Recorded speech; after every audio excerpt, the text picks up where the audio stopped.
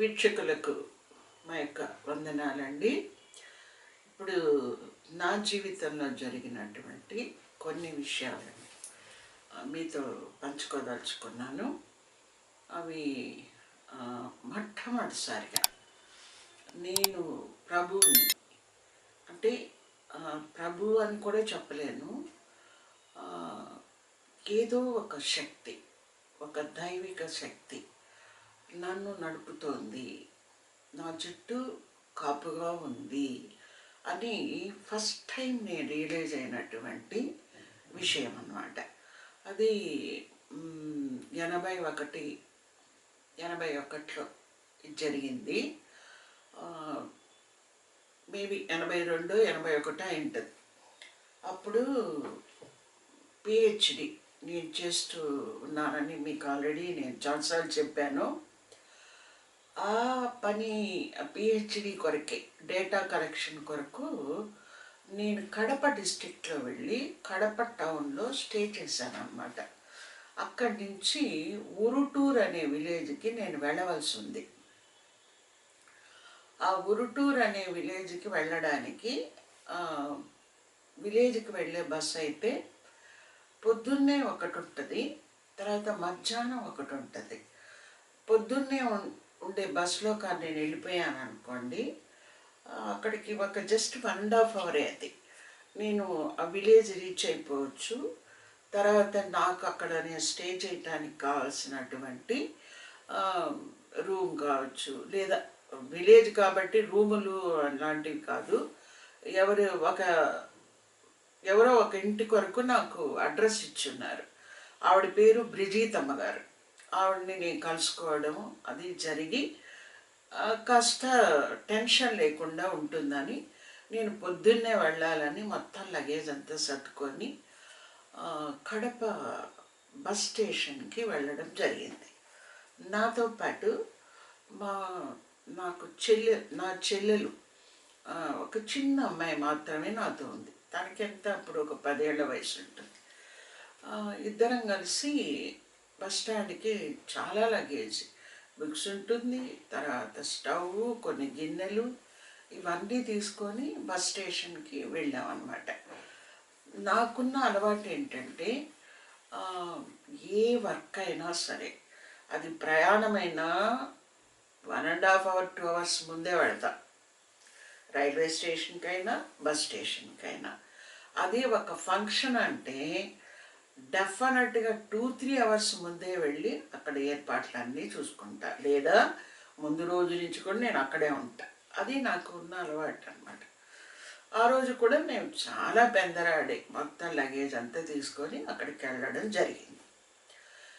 అక్కడికి వెళ్ళంగానే ఇంకా ఆ ప్రిస్క్రైబ్డ్ టైంకి ఇంకా 1 అవర్ ఉంది, అప్పుడే బస్సు వెళ్ళిపోయింది అన్నారు. నాకు చాలా కోపం వచ్చింది. వెళ్ళి ఆ బస్ డిపో మేనేజర్తో అరవడం మొదలుపెట్టాను.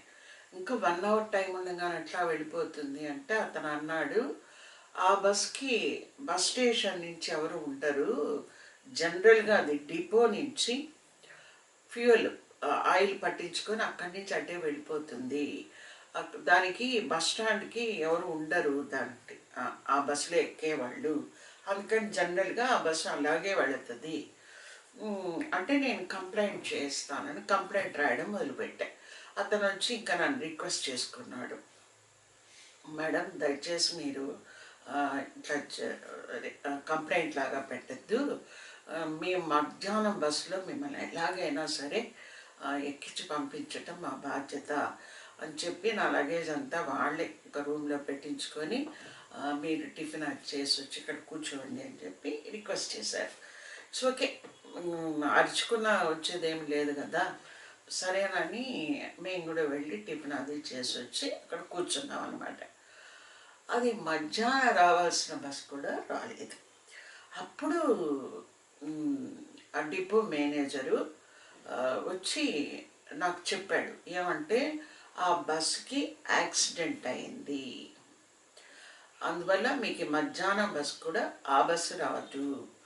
మరి అప్పుడు నేనేం చేయాలి అన్నాను. మీకు ఆ రూట్కి ఏదో ఒక బస్సు మేము అరేంజ్ చేస్తాము, మీరు వెళ్ళచ్చు అన్నారు. కానీ నాకు బుర్రలో తిరుగుతూ ఉందన్నమాట. నేను ఎప్పుడు బస్సు మిస్ అవ్వటము, ట్రైన్ మిస్ అవ్వటం అనేది నా లైఫ్లో ఎప్పటి వరకు జరగలేదు. ఎందుకంటే దానికి ఒక ప్రిస్క్రైబ్డ్ టైం ఉంటే ఆ టైంకి చాలా ముందెళ్తాను నేను. ఈవెన్ రైల్వే స్టేషన్కి మా ఇంట్లో వాళ్ళందరూ నన్ను జోక్ చేస్తుంటారు. ట్రైన్ రేపు వస్తుందంటే నువ్వు ఈరోజే వెళుతున్నట్టున్నావు అన్నట్టు నన్ను జోక్ చేస్తుంటారు. అలా నేను 1 అవర్ ముందే వెళ్ళినప్పటికీ కూడా ఆ బస్ నాకు మిస్ అవ్వటము, ఆ బస్కి యాక్సిడెంట్ అవ్వటము, ఆ బస్సులో ఎక్కాల్సిన నాకు అది నేను బస్సు ఎక్కకపోవటము, ఇవన్నీ చూసినప్పుడు నాకు చిన్నగా ఒక ఆలోచన రావడం మొదలుపెట్టింది. నేను మామూలుగా ఒక మాట అంటూ ఉండేదాన్ని. రీసెర్చ్లో జాయిన్ అయిన తర్వాత అందరు చెప్తూ ఉంటారు కదా, యేసుప్రభు చాలా మంచి దేవుడు, ఆయన ప్రేమిస్తాడు, కృప కలిగి ఉంటాడు, ఇలాంటి మాటలు నేను చర్చికి వెళ్ళినప్పుడు, అంటే నా స్టడీలో భాగంగానే నేను చర్చికి వెళ్ళినప్పుడు ఈ మాటలు వింటాను అన్నమాట. అప్పుడు నేను నన్ను ఎవరైనా ఏమైనా అడిగితే, ఇదేంటి ఇంత చిన్న అమ్మాయిని తీసుకొని ఇంత పల్లెలకు వచ్చావు అని నన్ను అడిగిన వాళ్ళు కూడా ఉన్నారు. వాళ్ళకి నేనేం చెప్పాను అంటే, యేసు ప్రభు చాలా మంచి దేవుడు అంట కదా, చాలా ఆయనకి కృప గ్రేస్ ఉంటుందంట కదా, చాలా ప్రేమిస్తాడంట కదా, అప్పుడు నాకేంటి, నేను ఆయన పనిగా చేస్తున్నాను, నాకేంటి భయం, ఇట్లా అనేదాన్ని. అది చాలా ఇప్పుడు తలుచుకుంటే చాలా చైల్డిష్గా అనిపిస్తుంది అనమాట, కిడ్డిష్గా. అదే మాటలు మాట్లాడుతూ ఉండేదాన్ని. అప్పుడు నాకు అనిపించింది, ఎవరో నన్ను వెనక నుంచి కాపాడుతున్నారు, నా వెనకాల ఎవరో ఉన్నారు అన్నది నాకు అనిపించింది. ఇది ఫస్ట్ టైం. ఇది ఇలాంటి ఇన్సిడెంట్ ఇంకొకటి జరిగింది. ఈ 2 ఇన్సిడెంట్స్ ఇప్పుడు చెప్తాను. ఇలా నా లైఫ్లో జరిగినవన్నీ అప్పుడప్పుడు మీతో పంచుకుంటూ వస్తాను.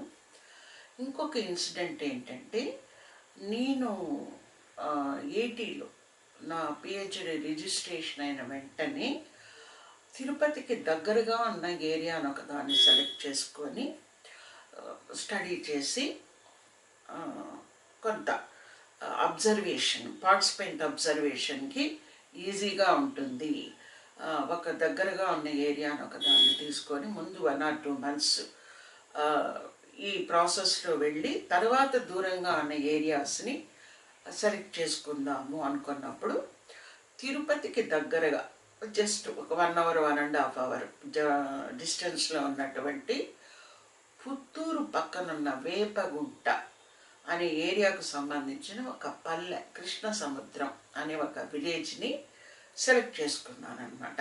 ఆ విలేజ్కి వెళ్ళి వాళ్ళని అడిగితే, సరే మీరు రండి, మీకు మేము ఒక ఇల్లు ఏర్పాటు చేస్తామని నాకు ఒక హట్, ఆ ఊర్లో ఉన్నటువంటి ఒక గుడిసెని నాకు అలాట్ చేశారు వాళ్ళు. ఆ గుడిసెలోకి నాకు తమ్ముడు ఉన్నాడు, చిరంజీవి రెడ్డి అని. నా తమ్ముడు, మేమిద్దరం కలిసి అక్కడికి వెళ్ళి, మేమే ఆ గుడిసె కొత్తది, దానికి పవర్ కూడా లేదు, మేమే వైర్ తీసుకెళ్ళి ఒక లైట్ అది అరేంజ్ చేసుకొని అక్కడ వంట అది చేసుకొని పగలంతా విలేజ్ అంతా తిరిగి చర్చికి వెళ్ళి చర్చిలో జరిగే అన్ని ప్రార్థనలు వెళ్ళి కూర్చొని ఇలా నేను డేటా కలెక్ట్ చేసుకోవటం మొదలుపెట్టాను. నాకున్న అనుమానాలంతా అన్నీ వాళ్ళని అడుగుతూ అలా తిరుగుతూ ఉండేదాన్ని.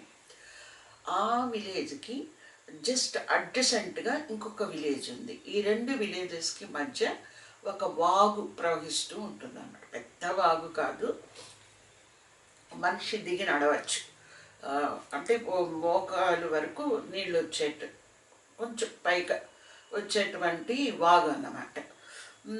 దాని పక్కన ఉన్న ఊరిని ఎగువ కృష్ణ సముద్రం అంటారు, ఇదేమో కృష్ణ సముద్రం. సరే, అక్కడికి ఒక నైట్ స్కూలు అక్కడ రన్ చేస్తూ ఉంటారు. ఆ నైట్ స్కూల్ టీచర్ పేరు రాణి.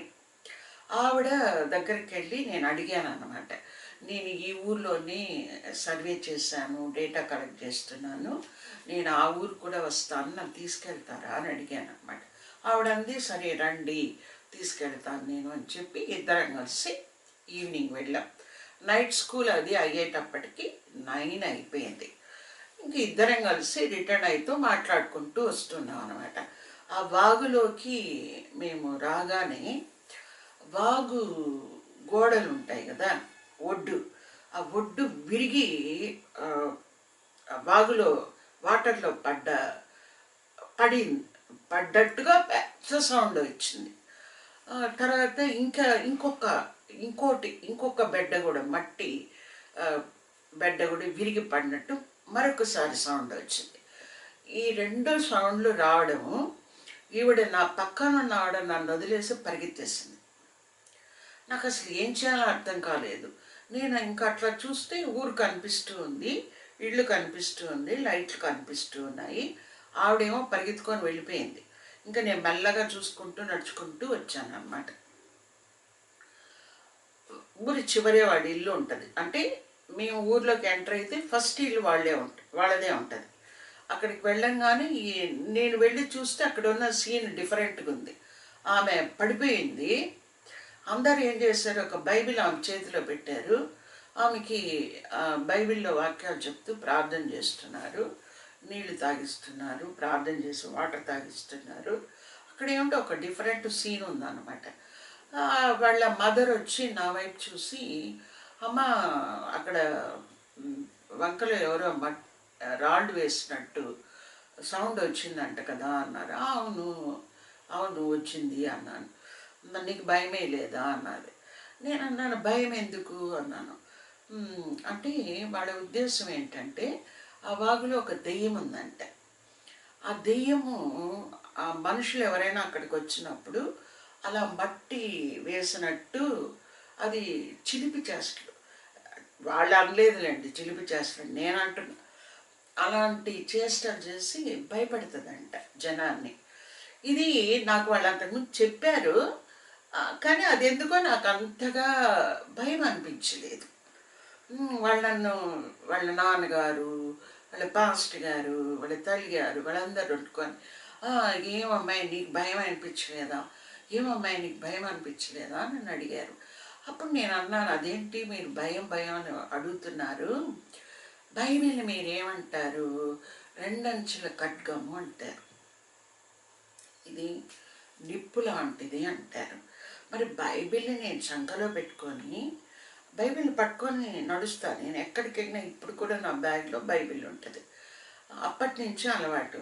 నేను బైబిల్ పట్టుకొని దెయ్యం ఉంది అని నేను భయపడ్డాను అనుకోండి, అప్పుడు బైబిల్కి ఉన్న విలువ ఏంటి, బైబిల్ ఉన్నప్పుడు భయపడకూడదు కదా అని నేను అడిగాను అనమాట.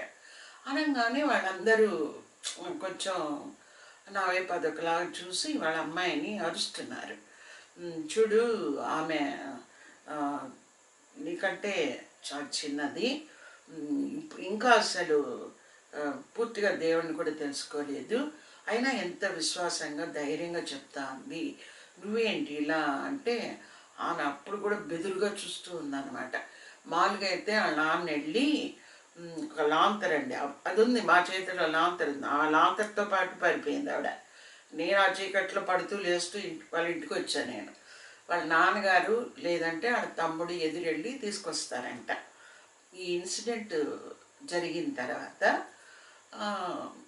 అంటే దేవుడు ఉన్నాడు అని మనం నమ్మడమే కాదు, ఆ నమ్మకానికి హృదయంలోకి తీసుకోవాలి. అప్పుడు భయాలు బాధలు మనల్ని ఎక్కువగా బాధించవు, వాటి ప్రభావం నుంచి కూడా మనం బయటపడతాం. ఆ దేవుడు ఎందుకో నన్ను ఆ విషయంలో మాత్రం నన్ను సరైన విధానంలోనే నడుపుకుంటూ వచ్చాడు. ఈ 2 ఇన్సిడెంట్స్తో ఇప్పుడు ముగిస్తాను. మరొక 2-3 అంటే చాలా నా జీవితంలో చాలా జరిగాయి.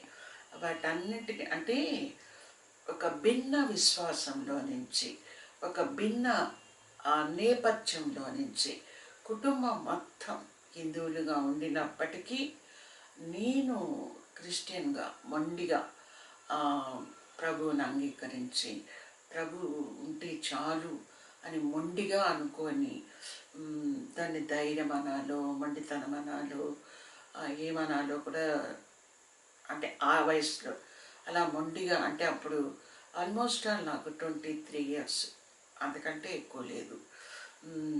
22+ అన్నమాట. అంత మొండిగా నిలబడడానికి దేవుడిచ్చిన కృప, ఆయన చూపించినటువంటి, ఆయన నన్ను సంధించినటువంటి, ఆయన నా జీవితంలో జరిగించినటువంటి అనేకమైనటువంటి ఇన్సిడెంట్స్. దేవుడు నాతో ఉన్నాడు, ప్రభు నాతో ఉన్నాడు. అప్పుడు అసలు నాకు యెహోవా గురించి అసలు ఏం తెలియదు, ప్రభు గురించి తప్ప ఏం తెలియదు నాకు. ప్రభు ఉన్నాడు అన్నదాన్ని మనస వాచ కర్మణ బలంగా అనుభవించాను అన్నమాట. విశ్వసించాను కాదు, అనుభవించాను. ఆ అనుభవం వల్లే దేవుళ్ళో నిలబడడానికి ఈరోజు వరకు కూడా నాకు అది ఎంతో సహాయం చేసింది. దీనంతటికీ కారణం ప్రభు యొక్క ఆయోచితమైన అనంతమైన కృప తప్ప మరొక్కటి కారణం కాదు.